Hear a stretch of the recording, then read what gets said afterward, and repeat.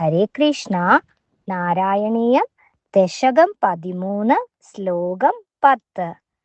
മുനീന്ദ്രൈരിത്യാദി സ്തവനമുഖരൈർമോദിതമനാ മഹീയസ്യാമൂർത്യാ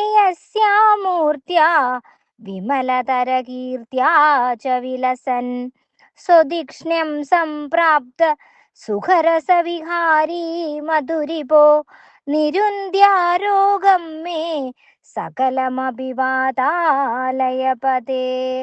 സർവത്ര ഗോവിന്ദ നാമ സങ്കീർത്തനം, ഗോവിന്ദ ഗോവിന്ദ.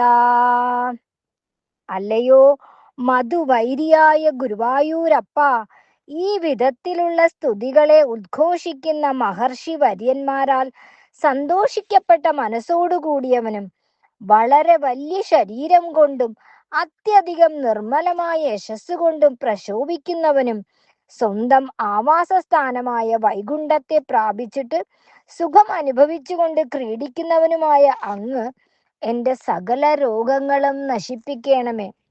അങ്ങനെ തൻ്റെ അവതാര ഉദ്ദേശം പൂർത്തിയാക്കിയിട്ട് ഭഗവാൻ പോയി. അപ്പോ ഭഗവാൻ ഭൂമിദേവിയെ രക്ഷിച്ച സന്തോഷത്തിൽ മുനിമാരെല്ലാം ഭഗവാനെ കീർത്തിക്കുന്നുണ്ട്. അത് കേട്ട് ഭഗവാൻ സന്തോഷിക്കുന്നുണ്ട്. ആ സന്തോഷിച്ചിരിക്കുന്ന ആ ഭഗവാനെ എല്ലാവരും കീർത്തിക്കുക, എല്ലാവരും ധ്യാനിക്കുക. ആ പൊന്നു ഭഗവാൻ നിങ്ങളുടെ എല്ലാ വിഷമങ്ങളിൽ നിന്ന് നിങ്ങളെ ഉയർത്തെഴുന്നേൽപ്പിക്കട്ടെ, സദാ കൂടെ ഉണ്ടാവട്ടെ.